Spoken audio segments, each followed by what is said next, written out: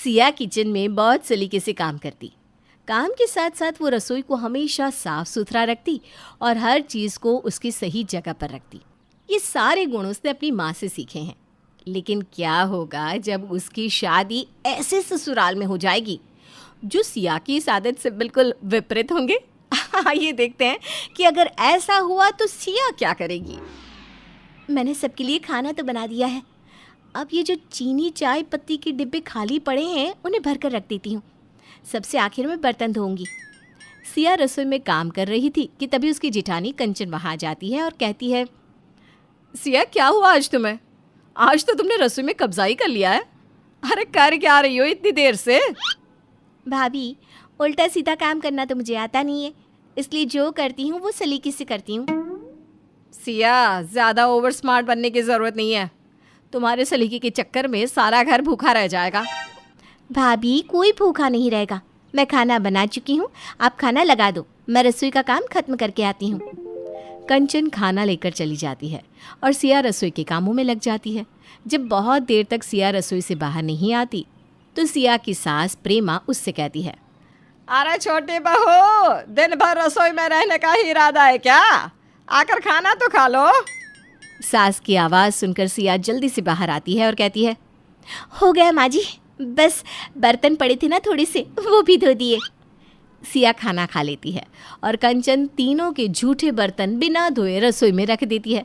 थोड़ी देर बाद जब सिया किसी काम से रसोई में जाती है तो झूठे बर्तनों को देखकर आग बबूला हो जाती है और गुस्से से अपनी जेठानी को आवाज़ लगाती है, भाभी, भाभी कहाँ हो आप? जल्दी आओ। सिया की आवाज़ सुनकर कंचन और प्रेमा दौड़ती हुई आती हैं। क्या हुआ सिया, तुम ऐसे क्यों चिल्ला रही हो? बहू, सब ठीक तो है ना? भाभी, आपको किसी बात की शर्म है या नहीं? मैं सुबह से किचन में लगी हुई हूँ और आपसे ये 4 बर्तन नहीं धुले, ऐसे ही किचन में छोड़ दिए। सिया, क्या हो गया है तुम्हें? मैं थोड़ी देर में धो देती ना। कब धो देती? भाभी, आप तो 4 घंटे से अपने कमरे में सो रही हो। देखो भाभी, आपको रसोई में आना है तो ढंग से काम करना पड़ेगा, नहीं तो आपको किचन में आने की कोई ज़रूरत नहीं है। सिया, ये कैसे बात कर रही हो? कंचन इस घर की बड़ी बहू है। जितना तुम्हारा हक इस घर पर है उतना ही कंचन का भी है। सिया, मैं बहुत देर से तुम्हारी बदतमीजी बर्दाश्त कर रही हूँ और तुम मेरे सर पर चढ़कर नाच रही हो। आने दो देवर जी को, सारी बात बताऊंगी उन्हें। फांसी लगवा देना अपने देवर जी से मुझे, और आने दो आप भी जेठ जी को, मैं भी आपकी सारी कामचोरी बताऊंगी उन्हें। इस तरह देवरानी और जेठानी का झगड़ा विकराल रूप धारण कर लेता है और रात को जब कंचन का पति किशोर और सिया का पति संजीव आता है तो दोनों उनसे एक दूसरे की शिकायत करती हैं। तभी संजीव कहता है, तुम ऐसे ही शिकायत करती रहोगी क्या? हम दोनों भाई थके हारे घर आए हैं, कुछ खाने को नहीं दोगी? मैंने तो खाना ही नहीं बनाया, आपकी प्यारी भाभी ने बनाया हो तो उनसे पूछ लो। उधर किशोर भी कंचन से यही सवाल करता है, अरे तुम आते ही सिया की बुराई करने लगी, बहुत भूख लगी है, खाना लगा दो यार। आपकी छोटे भाई की बीवी ने बनाया हो तो उससे मांग लो, मैंने नहीं बनाया। कंचन और सिया के झगड़े की वजह से किशोर और संजीव को भूखा ही सोना पड़ा। अगली सुबह प्रेमा ने जल्दी उठकर दोनों बेटों के लिए नाश्ता बना दिया और उन्हें आवाज़ देने लगी, किशोर बेटा, संजीव बेटा, आ जाओ नाश्ता कर लो, नहीं तो आज भी भूखा ही रहना पड़ेगा। प्रेमा की आवाज़ सुनकर दोनों बेटे आ गए। तभी सिया सोचने लगी, आज तो माँ जी ने नाश्ता बनाया है, सारी किचन को तहस नहस कर दिया होगा, मुझे दोबारा से सारा दिन रसोई को ठीक करने में ही लग जाएगा। किशोर और संजीव नाश्ता करके चले जाते हैं। उनके जाने के बाद सिया रसोई में जाकर देखती है, जगह जगह चाय गिरी हुई है, गैस चूल्हे के ऊपर आटा गिरा हुआ है और झूठे बर्तन ऐसे ही रखे हुए हैं। सिया ने रसोई की हालत देखी तो अपनी सास के पास जाकर कहने लगी, माँ जी, जब आपको ही काम करने का ढंग नहीं है तो आप अपनी बड़ी बहू को क्या सिखाओगी? बहू, ये किस तरह से बात कर रही है तुम मुझसे? तमीज़ अपने मायके में छोड़ कर आई है क्या? तेरे मायके वालों ने रसोई को संभालने के अलावा कुछ सिखाया भी है कि नहीं? या तो तू हर समय रसोई में घुसी रहती है या फिर हमसे झगड़ा करती रहती है। तो माँ जी, आप और आपकी बहू की तरह बेढंगा काम करना मुझे आता तो है नहीं। मैं भाभी से भी बोल चुकी हूँ और आपसे भी बोल रही हूँ कि आप दोनों को इसी तरह से रसोई को बर्बाद करना हो तो आप दोनों को रसोई में आने की कोई ज़रूरत नहीं है। लो जी, कर लो बात। कल की आई बहू मेरी रसोई में मुझे जाने से रोकेगी। अरे बहू ज़रा होश से काम ले, कहीं ऐसा ना हो कि मैं तुझे इस रसोई से तो क्या इस घर से भी निकाल दूँ। इस तरह दोनों सास बहू में लड़ाई छिड़ जाती है और इस लड़ाई की वजह से घर के दोनों बेटों को फिर से भूखा सोना पड़ता है। अगली सुबह कंचन किचन में चाय बना रही थी, तभी उसके पति ने उसे आवाज़ लगाई। वो गैस चूल्हे का फ्लेम कम करके चली गई। तभी वहाँ पर सिया आ धमकी और उसने चूल्हा बंद कर दिया। बाद में कंचन ने चूल्हा बंद देखा तो बोली, सिया, ये चूल्हा तुमने बंद किया है क्या? हाँ, मैंने बंद किया है। क्यों बंद किया है? क्योंकि गैस का सिलेंडर 1,000 रुपये से ऊपर का आ रहा है और आप बेवजह खर्च कर रही हो। खुद पैसे कमा कर लाओ तो पता चले कि 1,000 रुपये कमाने में कितनी मेहनत लगती है। आपको तो बस दिख गया कि रसोई में कुछ सामान है तो बर्बादी पर उतर जाती हो। बोल तो ऐसे रही हो जैसे तुम कमा कर ला रही हो। अरे मेरे पति के पैसों से रसोई का और घर का सारा सामान आता है। मैं बर्बाद करूं या कुछ भी करूं, इससे तुम्हारा क्या मतलब? भाभी जी, इस घर के हर खर्च में मेरे पति का भी बराबर का हिस्सा होता है। आप अपने पति के पैसे बर्बाद करो, मेरे पति के नहीं। वैसे भी महंगाई आसमान छू रही है, उस पर आप इस तरह से बर्बादी करोगी तो वो दिन दूर नहीं जब हम सब सड़क पर आ जाएंगे। सिया, 2 मिनट गैस ज्यादा क्या जला ली? तुमने तो हमें बर्बाद भी कर दिया और हम सड़क पर भी आ गए। तुम्हारा दिमाग खराब हो गया है, तुम जाकर अपना इलाज करवाओ। इस तरह कंचन की देवरानी रसोई की वजह से आए दिन लड़ती रहती। अक्सर झगड़ा इतना अधिक बढ़ जाता कि घर में खाना ही नहीं बनता। इस कारण संजीव और किशोर को भी भूखा ही सोना पड़ता था। इस परेशानी से बचने के लिए संजीव और किशोर ने एक रास्ता निकाला। माँ, आप तीनों की लड़ाई की वजह से हमें भूखा ही रहना पड़ता है। अरे बेटा, मैं क्या करती हूँ, सिया ही किसी को रसोई में आने नहीं देती। ये तो ऐसे बर्ताव करती है जैसे ये रसोई अपने मायके से उठा कर लाई हो। माँ प्लीज़, अब बात को आगे मत बढ़ाओ। हम इस मसले का हल निकाल रहे हैं, आप इसे आगे तो मत बढ़ाओ। हम दोनों भाइयों ने मिलकर ये फैसला किया है कि भाभी और सिया एक साथ रसोई में नहीं जाएंगी। जब सिया रसोई में रहेगी तो वो रसोई का सारा काम करके बाहर आएगी, और जब कंचन रसोई में रहेगी तो वो रसोई को पहले की तरह साफ सुथरा करके आएगी। इससे तुम दोनों की लड़ाई भी नहीं होगी और काम भी अच्छी तरह से हो जाएगा। दोनों बहुएं हाँ कर देती हैं और कुछ दिन घर की शांति बनी रहती है। घर के दोनों बेटों को समय से खाना भी मिल जाता है। एक सुबह सिया सबके लिए चाय बना रही थी, तभी उसके हाथ से चीनी का डिब्बा ज़मीन पर गिर गया और सारी चीनी ज़मीन पर बिखर गई। डिब्बा गिरने की आवाज़ सुनकर सभी किचन में पहुंचे। कंचन से रहा नहीं गया और वो बोल पड़ी, सिया, अपने पति की मेहनत की कमाई की मुझे तो तुम बहुत दुहाई देती हो, और तुम आज ये क्या कर रही हो? अपने पति की मेहनत की कमाई रसोई में बिखेर दी तुमने, और जो रसोई को गंदा किया वो अलग से। भाभी जी, ये सब आप ही की वजह से हुआ है। आपने डिब्बे पर चिकने हाथ लगाए होंगे और उसे बिना धोए ही रख दिया, इसलिए ये डिब्बा मेरे हाथों से फिसल गया। सिया, सिया, कभी तो अपनी गलती मानना सीख। कल को भूकंप आए या बिजली गिरे तब भी तुम मेरा ही नाम लगाना, है ना? किशोर और संजीव अपनी अपनी पत्नियों के बीच लड़ाई होते देख रहे थे। तभी संजीव अपने भाई से धीरे से बोला, भैया, मुझे नहीं लगता आज भी हमें खाना मिलेगा। हाँ भाई, तुम सही बोल रहे हो। चुपचाप से निकल लेते हैं और बाहर ही कुछ खा लेंगे। संजीव और किशोर को ये पता था कि उनकी पत्नियों का ये महायुद्ध शांत नहीं होने वाला, इसलिए वो दोनों वहाँ से भाग गए और प्रेमा बेचारी दोनों बहुओं को शांत करने का प्रयास करने लगी, लेकिन दोनों चुप होने का नाम ही नहीं ले रही थी। उमा देवी की 2 बहुएं हैं, बड़ी बहू मीरा और छोटी बहू सानवी। मीरा खाना बहुत अच्छा बनाती है और घर का काम भी बहुत साफ सफाई और फुर्ती से करती है, लेकिन सानवी ना तो खाना अच्छा बना पाती है और ना ही घर का कोई काम ढंग से कर पाती है। एक दिन मीरा ने अपनी सास के भाई और भाभी के लिए खाना बनाया। अरे उमा, ये तुमने खाना कहाँ से मंगवाया है? इतना अच्छा खाना, इतनी अच्छी खुशबू। वाह, पेट भर गया लेकिन नीयत नहीं भरी। अरे भैया, खाने के साथ साथ आप धोखा भी खा गए। ये खाना मेरी बड़ी बहू मीरा ने बनाया है। क्या ये खाना मीरा बहू ने बनाया है? यकीन नहीं होता। मीरा बहू, तुम खाना बहुत अच्छा बनाती हो। भाभी, मीरा के खाने की तारीफ दूर दूर तक है। सब बहुत पसंद करते हैं उसके हाथ का खाना। सभी मीरा के हाथ के बने खाने की बहुत तारीफ कर रहे थे, लेकिन सानवी को इस बात से बहुत जलन हो रही थी। वो मन ही मन बहुत किलस रही थी कि सभी उसकी जेठानी के हाथ के बने खाने की कितनी तारीफ कर रहे हैं।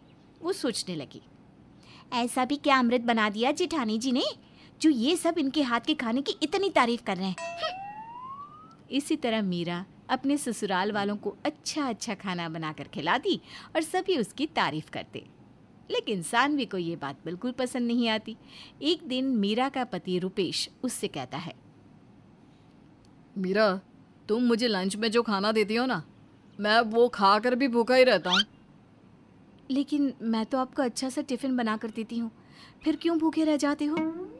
वो क्या ना, तुम इतना टेस्टी खाना बनाती हो, जैसे ही मैं टिफ़िन खोलता हूँ खाने की खुशबू पूरे ऑफिस में फैल जाती है और ऑफिस के सारे लोग मुझ पर टूट पड़ते हैं, तो मैं भूखा रह जाता हूँ। तुम एक काम करना, कल से मेरे लिए खाना थोड़ा ज़्यादा पैक करना। मीरा ने ऐसा ही करना शुरू कर दिया। रुपेश रोज़ शाम को घर आता और अपनी पत्नी के हाथ के खाने की खूब तारीफ करता। वहीं दूसरी ओर रुपेश का छोटा भाई नितिन अपना टिफ़िन पूरा नहीं खा पाता था। वो हमेशा आधा खाना ही खाता। एक दिन उसकी माँ ने उससे कहा, बेटा नितिन, तुम खाना पूरा क्यों नहीं खाते? हमेशा बचा कर ले आते हो। माँ सानवी पता नहीं कैसा खाना बनाती है, खाने का मन ही नहीं करता। बेटा, तू ठीक से खाना नहीं खाएगा तो कमज़ोर हो जाएगा ना। माँ मैं ये सोच रहा था कि कल से भाभी ही मुझे लंच बना कर दे। क्यों भाभी, बना दोगी ना? भैया के लिए बनाती हो तो बस उसी में मेरा एक्स्ट्रा लंच ऐड कर देना ना। देवर जी, मैंने आपको मना किया है क्या? मैं रोज़ आपका लंच पैक कर दूंगी बस। थैंक यू भाभी। अब रोज़ मीरा अपने देवर के लिए भी खाना बनाती और उसका देवर भी उसकी तारीफ़ करता। लेकिन ये बात सानवी को बिल्कुल पसंद नहीं आई। पहले तो उसकी सास और जेठ ही उसकी जेठानी की तारीफ़ करते थे, लेकिन अब तो उसका पति भी उसकी तारीफ़ करने लगा। पता नहीं नितिन को क्या हो गया है, अपनी भाभी के पीछे दीवाने हो गए हैं। मेरा तो कोई नाम भी नहीं लेता। भाभी ने मेरे लिए सब कुछ खत्म कर दिया है। अब मैं भी जेठानी जी को मज़ा चखा कर रहूँगी। अब सानवी अपनी जेठानी को परेशान करने के लिए नए नए तरीके ढूंढती। एक दिन मीरा सभी के लिए आलू के पराठे बनाने जा रही थी। उसने सारी तैयारी कर ली, लेकिन सानवी आलू के भरते के अंदर बहुत सारी लाल मिर्च मिलाकर चली जाती है। मीरा आलू के पराठे बना देती है। जब सब लोग पराठे खाते हैं तो सभी की हालत खराब हो जाती है। भाभी, क्या हो गया है आपको? आज तो आपने ज़बरदस्त मिर्च डाली है खाने में। मीरा, पानी दो जल्दी। उफ, कितनी ज़्यादा मिर्च कर दी।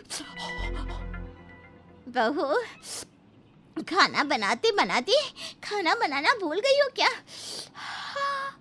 इतनी मिर्च तो कोई नौसिखिया भी नहीं डालेगा जितनी तुमने डाली है। माँ जी, मैंने तो हिसाब से ही नमक मिर्च डाला था, पता नहीं मिर्च इतनी ज़्यादा क्यों हो गई। जब घर के सब लोग मीरा को खाने के बारे में सुना रहे थे तब सानवी बहुत खुश हो रही थी। थोड़ी देर बाद मीरा किचन का सारा काम समेट कर चली गई, लेकिन तभी सानवी किचन में आई और सारे किचन में सूखा आटा बिखेर कर चली गई। जब उमा ने ये सब देखा तो मीरा को आवाज़ देने लगी, मीरा बहू, ओ मीरा बहू। मीरा जल्दी से अपनी सास के पास आकर बोली, माँ जी, आपने बुलाया? बहू, तू ये किचन का क्या हाल करके गई है? सारे किचन में आटे की खेती करती है। हाँ माँ, मैं तो पूरा किचन साफ करके गई थी, पता नहीं कैसे हो गया। बहू, जादू से हो गया या फिर मैंने कर दिया? मैं देख रही हूँ तेरा दिल अब काम में लगता नहीं। चल अब अच्छी तरह से साफ कर दे किचन। उमा की बात सुनकर मीरा ने दोबारा से पूरा किचन साफ किया। अब सानवी के मंसूबे कामयाब होते नजर आ रहे हैं। ऐसे ही एक दिन मीरा किचन में सब्जी बना रही थी, तभी सानवी आई और मौका पाकर सब्जी के अंदर बहुत सारा अमचूर पाउडर डालकर चली गई। जब सबने वो खाना खाया तो सभी दोबारा से मीरा को सुनाने लगे, बहू, ये तूने सब्जी बनाई है या आम का अचार बनाया है? खाया ही नहीं जा रहा। मीरा, आज तो तुमने दांत खट्टे कर दिए। भाभी, जब से मैंने आपकी तारीफ करना शुरू किया है तब से आपने खाना ठीक से बनाना ही बंद कर दिया है। माँ, मैंने सब्जी में कोई भी खट्टी चीज़ नहीं डाली थी, पता नहीं ये इतना खट्टा कैसे हो गया। रहने दे बहू, अब तो किचन नहीं संभालेगी। सानवी, आज से तुम किचन का सारा काम करोगी। अब किचन का सारा काम सानवी करने लगी, लेकिन वो मीरा की तरह कोई काम नहीं कर पाती थी। उसे किचन का काम करने में परेशानी होने लगी। सानवी सोचने लगी, पता नहीं जिठानी जी कैसे इतना काम कर लेती है। मेरे लिए तो बहुत मुश्किल है ये सब करना। सानवी ये सब सोच ही रही थी, तभी नितिन उसे आवाज़ देता है। सानवी, नाश्ता लाओ यार, ऑफिस के लिए देर हो रही है। हाँ हाँ, लाई नाश्ता। एक तो आपको पता नहीं कितनी जल्दी हो रही है। अरे ऑफिस के लिए देर हो रही है, तुम जल्दी जल्दी हाथ चलाया करो ना। नितिन सानवी से बात कर ही रहा था, तभी रुपेश कहता है, चुप करो नितिन, कितना बोलते हो तुम। सानवी, मैंने नाश्ता कर लिया है, तुम जल्दी से मेरा लंच ले आओ, नहीं तो नितिन की तरह मुझे भी देर हो जाएगी। हाँ भैया, लंच तो तैयार हो गया है, बस मैं अभी पैक करके लाती हूँ। सानवी रुपेश का लंच पैक कर ही रही थी, इतने में उमा बोल पड़ी। बहू, आज की तारीख में मुझे चाय मिलेगी या नहीं? मुझे इतना लेट चाय पीने की आदत नहीं है। सानवी किचन में से ही आवाज़ देती है। लाई माँ जी। मीरा सानवी को काम करते हुए देख रही थी और उसे महसूस भी हो रहा था कि सानवी किचन संभाल नहीं पा रही है। तभी मीरा ने उमा से कहा, माँ जी आप कहे तो मैं आपके लिए चाय बना दूँ, सानवी दूसरे कामों में बिजी है। हाँ बना दे, लेकिन ध्यान रखियो, चाय पत्ती की जगह गरम मसाले मत डाल दियो चाय में। मीरा किचन में चली जाती है। मीरा को देखकर सानवी कहती है, जिठानी जी, आप किचन में क्या कर रही हो? तुम बिजी हो तो मैंने सोचा माँ जी को चाय मैं बना कर दे देती हूँ। वैसे भी किचन का काम करना एक इंसान के बस की बात नहीं है। हाँ ठीक बोल रही हो आप। 2-4 दिन में मुझे भी समझ में आ गया है कि मैंने आपके साथ जो किया वो ठीक नहीं किया। क्या मतलब है तुम्हारा इस बात से? अब वो मेरे कहने का मतलब ये है कि माँ जी और घर वालों ने आपके साथ अच्छा नहीं किया। वो क्या है ना, आप इतना अच्छा खाना बनाती हो, अगर 1-2 बार गलती हो भी गई तो क्या हो गया।